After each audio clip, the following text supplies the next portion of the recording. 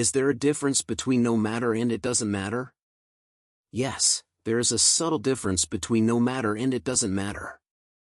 No matter is often used to indicate that something is not important or relevant, whereas it doesn't matter is typically used to suggest that something is not significant or relevant to the current situation. For example, if someone asks you if you prefer tea or coffee, you might say no matter to indicate that you have no preference and either option is fine.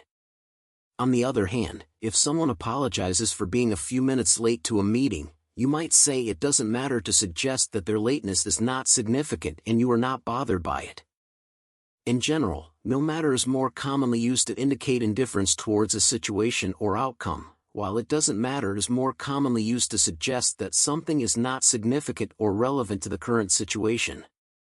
However, in many cases, the two expressions can be used interchangeably.